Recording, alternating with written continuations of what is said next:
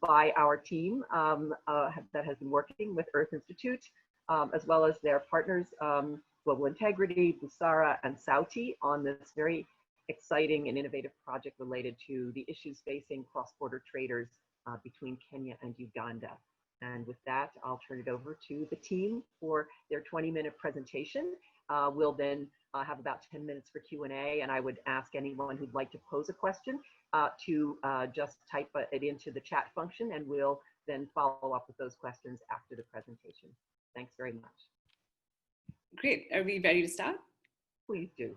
Lovely. Hi, everyone. Thank you all for being here and giving us your time. We really, really appreciate it, and we're looking forward to the presentation. Let's get right into it. So our project examined ethical cross-border trade between Kenya and Uganda with a focus on women traders who lead small and medium-scale enterprises. Next slide, please. I'm going to start off by introducing our project, and other team members will take you through the methodology, the findings, and the recommendations. Next. I'm Shruti. You'll meet the rest of our team as we go through this presentation. Next. So 43% of Africa's GDP comes from cross-border trade, and it's an integral part of the economies of Kenya and Uganda as well, which is where our project was based.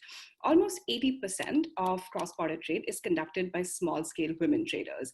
However, cross-border trade is rife with issues of corruption, and these issues impact women disproportionately. Next slide. Our clients, Earth Institute and Global Integrity, roped us in to answer two research questions. The first was, when and where in the cross-border trade process do women face the most likelihood of encountering corruption? And the second question was, what are the gaps in current policies that make women particularly vulnerable and fail to protect them from corruption? Our key partners also played pivotal roles in informing our research. Our first partner, Sauti, has created a mobile-based platform that will help traders report where and what form of corruption they encounter in the border crossing process. This could be demands for bribery, sexual assault, sexual coercion, arbitrary confiscation of goods, etc. Our second partner, Busara, is currently undertaking a randomized control trial to understand what kind of framing will make traders more likely to use the Sauti app to report corruption. Once the data is gathered, we hope to combine the data that the app gathers, the work that we've been doing, to form an effective data-backed advocacy platform. We hope that our combined efforts will form the basis for a policy dialogue that will bring the most important stakeholders together to bridge some of the most pressing gaps in the border crossing experience as it stands today. Next slide, please. This last slide is just to give you a quick sense of the geography. Busia County is a border crossing between Kenya and Uganda and is one of the busiest and most important border trade centers. It's home to numerous policy interventions, and the RCT that Busara is conducting will also take place in Busia. Now I'm going to hand over to Arushi, who will walk you through the methodology section. Thanks, Shruti. So in order to collect the data to answer our research questions, we adopted a three-pronged approach. First, we referred to reports, papers, articles, and just all the literature on this topic. And we then studied corruption at its various intersections. So we were really interested to find out how gender and technology, for example, intersect with corruption. And we also wanted to uncover some of the institutional factors that were leading to the corruption issues that the women were facing, and what some of the implications of that might be. The second prong of this approach was that two members of our team traveled to Kampala and Nairobi in January and met with our evaluation and technology partners. This gave us valuable insight into the conditions on the field on both sides of the border that we wanted to study. And finally, we also carried out a host of virtual interviews across March and April, during which we sought to have more detailed conversations with stakeholders that are representing government bodies and organizations representing the women traders. Next slide. So in order to analyze the data that we collected, we utilized a variety of tools. We first sought to understand the typical journey that an average cross-border trader undertakes, and we created a journey mapping to see that. Based on this journey map, we then also created a problem tree to understand each and every single hurdle that the woman faces at key points of her journey. Simultaneously, we sought to have a 360-degree understanding of the stakeholders at play in our project. So we not only collected the information on who these stakeholders are, but also created a power mapping matrix to ensure that we were covering the key actors in our analysis. And at the same time, we were thematically coding our interviews to ensure that we were capturing some of the key insights that we were getting from them. And finally, we collated all of this information into a policy gap analysis and scorecard of some of the interventions that are currently existing across cross-border trading to try to answer our research questions. Next slide. So just in terms of a few limitations of our method and methodology, we were initially presented with a pretty ambitious scope and a variety of skill partners. We're a large team, so the first task we had was to really narrow down the scope of our project to make it feasible for us to answer our research questions in the time frame that we had. Of course, COVID-19 hit, and our second trip to the field was canceled, unfortunately, which meant that we had to rely on virtual interactions. And we received a pretty good broad picture of the issues on the ground, but not necessarily a lived experience that we would have gotten from visiting the field. And finally, this also meant that we had limited primary data to work with, and we couldn't conduct a survey of our own, for example, to guide some of the recommendations. So I'll now hand it over to Brian for the findings. Thank you, Arushi. And to demonstrate our analysis, we first want to walk you through the difficulties faced by the small-scale traders, the question we identify, and how we frame our research. And please next. Imagine that you are a female small-scale trader importing goods from other side of the border and sell those goods to the community. To initiate the trade, the trader has to prepare money needed for purchasing the goods that and also ask someone in her neighborhood to take care of their kids. Women are usually responsible for taking care of the child. And then she chooses the way to travel. She could travel by foot, by hiring a motorbike, or by a truck, depending on her financial capability. Thereafter, she traveled to the marketplace on the other side of the border and bring it back to the neighborhood. When crossing the border, the trader might need the help of some facilitator and pay extra fees. The third, please next. The third the trader is exposed to is the punishment or harassment by the police officers or some random bad guys. Due to the fact that the informal trading activities are considered illegal, the police officer have power to fine or arrest traders or confiscate their goods. In some cases, the traders are harassed by law enforcement financially or sexually. Next, please. The traders are also under the risk of getting robbed or harassed by random bad guys. They are the less protected. Therefore, based on the trader journey map, helping small traders switch to formal routes is essential for tackling the ethical issue in cross-border trade. In addition, in the long run, institutionalization of the informal cross-border trade can scale up the trading activities between two countries, increasing the tax revenue for the country and improving the economic status for the trader. However, the transition from long existing informal activities to formal ones is not easy, and the new difficulties emerge when traders switch to formal routes, making most small-scale traders unable or unwilling to use the formal route. And here's I present the trader journey we looked at with the formal route. The traders now need to acquire a valid ID or passport to cross the border. In addition, when purchasing the goods, the trader need to obtain the certificate of origin to prove that all goods are purchased in legitimate market. The border crossing process is obviously more complicated and kind of consuming for the trader. The trader presents document and get checked by the border official, paying tax or fees, and they get clearance. And even worse, taking formal route cannot 100% protect the traders from corruption and harassment. It is reported that in some cases, the border official is corrupted, so the trader are harassed or exploited by the border officials. And to better understand what kind of policy intervention is lacking or needed to be improved, we take further analysis in why traders don't use the formal route. Next, I will hand it to Chutong for the problem analysis. Thank you, Brian. The subsequent component of our research addresses the questions of how do small-scale traders make journey choices and what factors are driving traders away from formal borders. Our desk research, fieldwork, and interviews have been fruitful given the current circumstances. Based on our research, barriers for small-scale traders to use formal routes usually fall into one or more of the following 4 categories. First, from the infrastructure perspective, small-scale traders have limited and inadequate access to formal borders. This theme of barriers encompasses traders' limited transportation choices and underdeveloped infrastructure at the borders. Second, from the institutional perspective, the design and setup of formal institutions are for big traders. Small-scale traders face higher opportunity costs, both in terms of time and money. Time costs are associated with acquiring documents and multiple delays at checkpoints.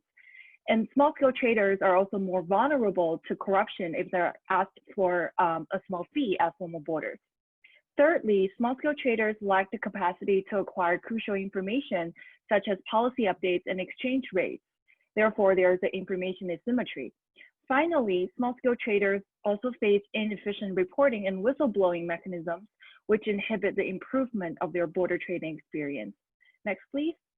To give you a holistic view, this is part of the problem tree analysis we have created. The 4 blue boxes on the top represent the 4 overarching themes or direct causes we have discussed above, whereas the lower level boxes represent deeper rooted causes we have identified in the research. This chart also demonstrates interlinkage and connectedness across sections. Next, please.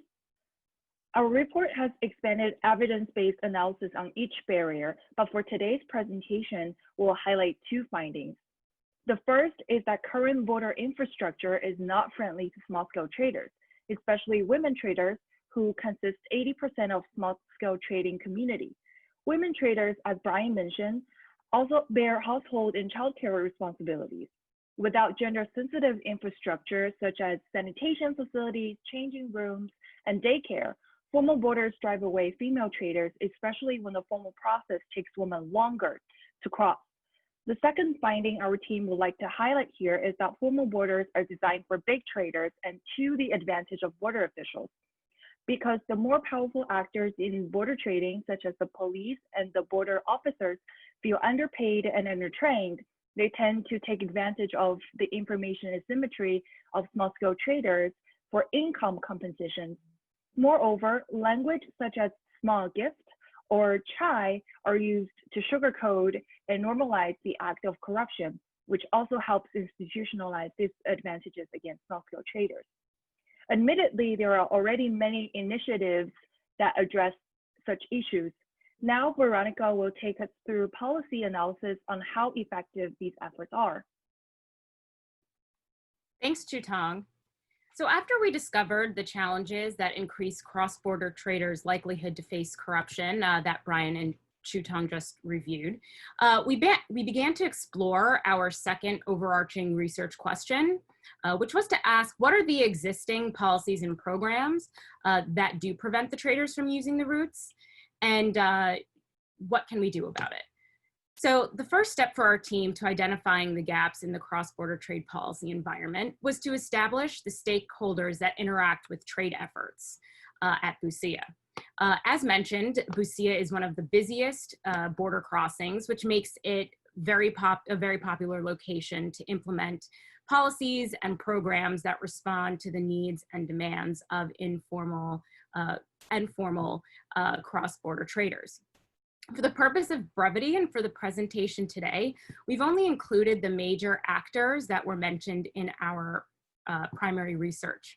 You'll see here that we've categorized our stakeholders by international donors, regional and national level policymakers, Busia County policy implementers, civil society organizations, and private sector actors.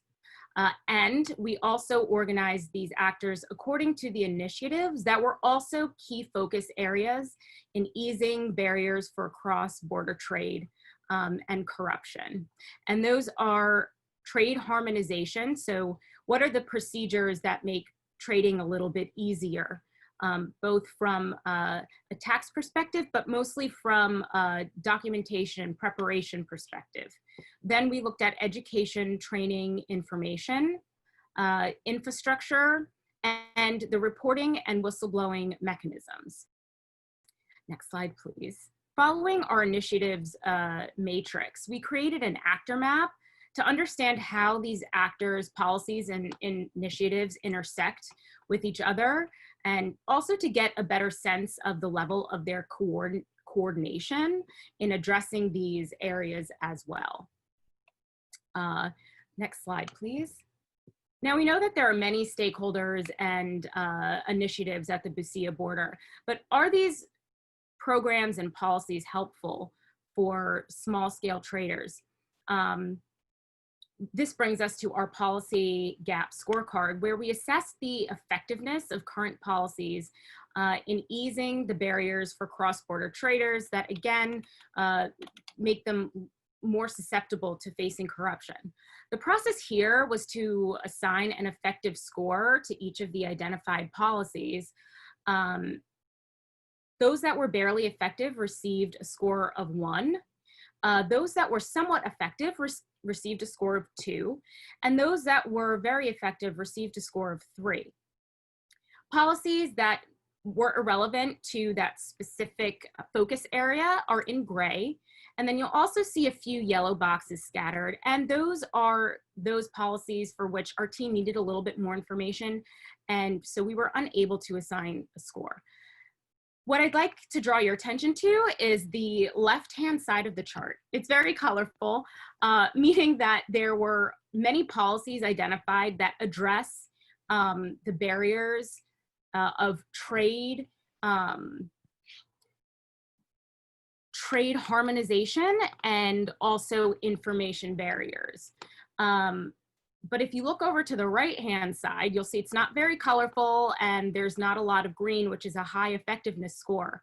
This reveals that there are many gaps in addressing sufficient infrastructure and reporting mechanisms.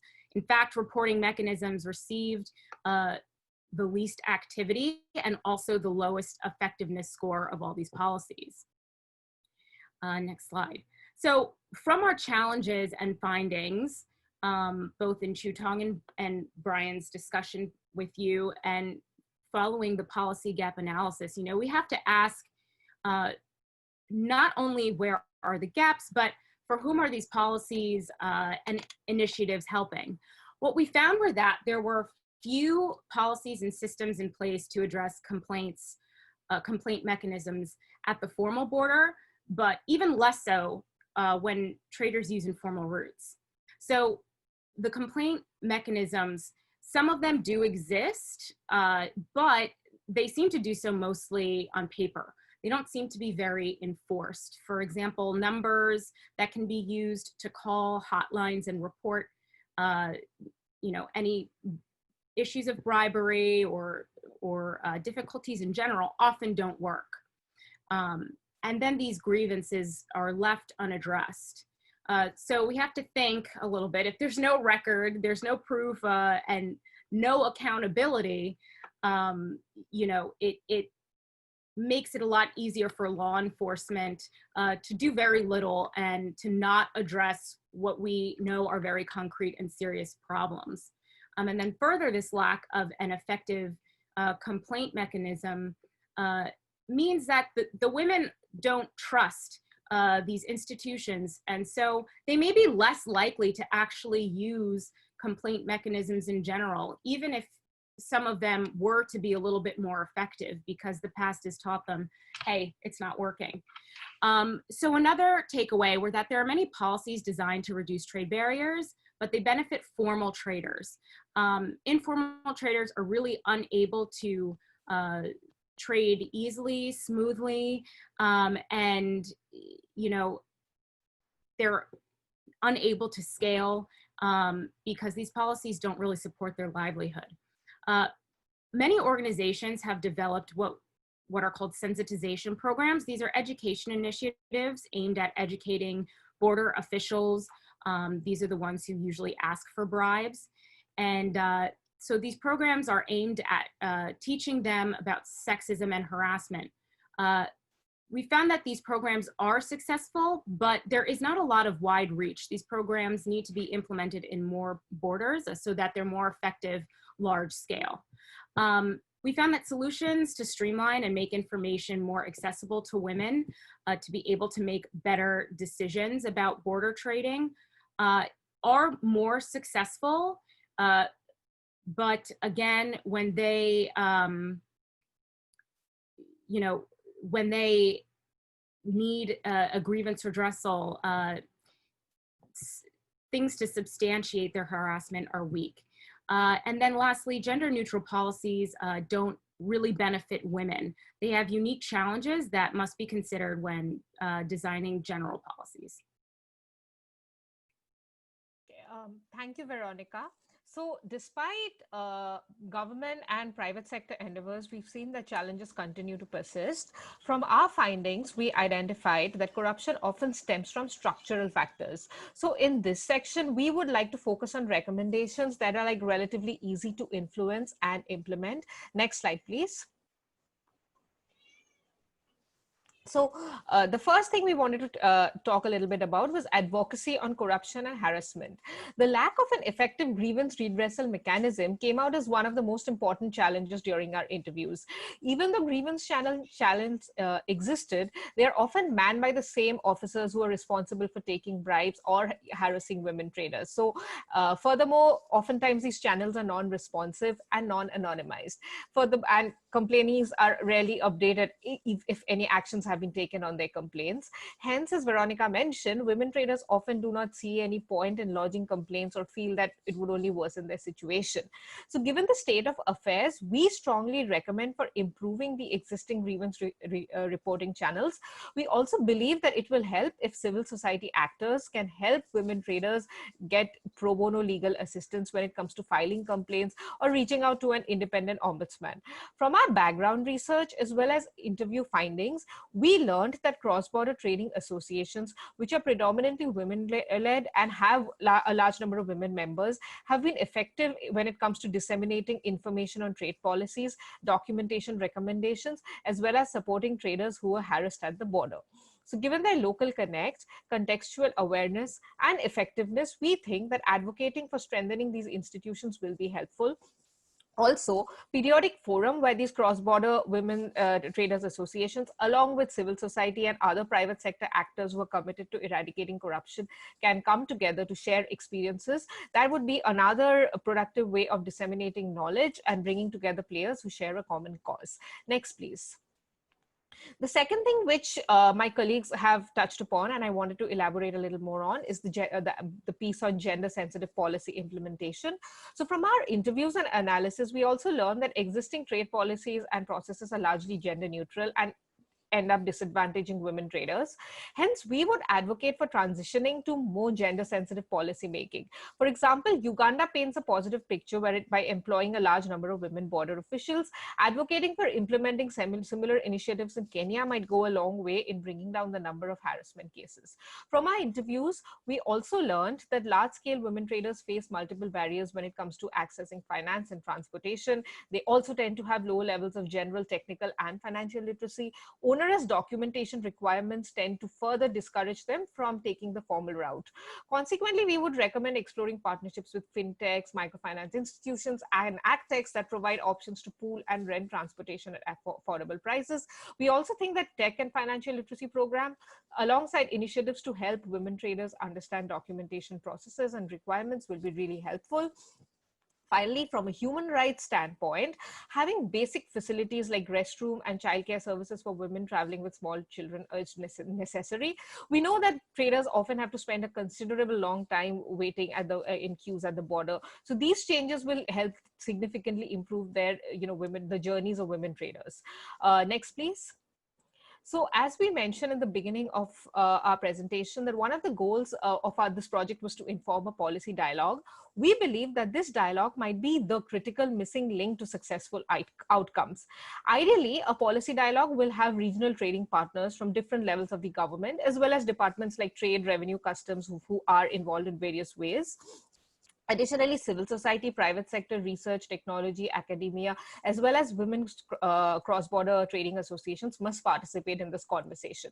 This will help stakeholders understand the issues, constraints, and divergent perspectives, and hopefully there can be some constructive discussions on regional trade issues, how to formalize women traders, human resource and institutional changes relating to accountability and enforcement mechanisms, and anti-corruption processes like reporting grievances and whistleblowing. Next, please. So that brings me to the end of our presentation. Before I conclude, on behalf of our group, I would like to thank our client, the Earth Institute, as well as other project partners, Global Integrity, Saudi Africa, and Busara. We would also like to thank researchers Jade and Eleanor, whose research gave us a very good contextual understanding of cross-border trade issues. Thank you all for being here with us and giving us a chance to work on this project. We learned a lot, and your work is truly inspiring. We would also like to thank the EPD workshop team, Jenny and Ilona, for their relentless support, and especially during these challenging times. Last but not the least, we owe a big shout out to our faculty advisor, Christy Kelly, whose cheerfulness and insightful suggestions have helped us come this far.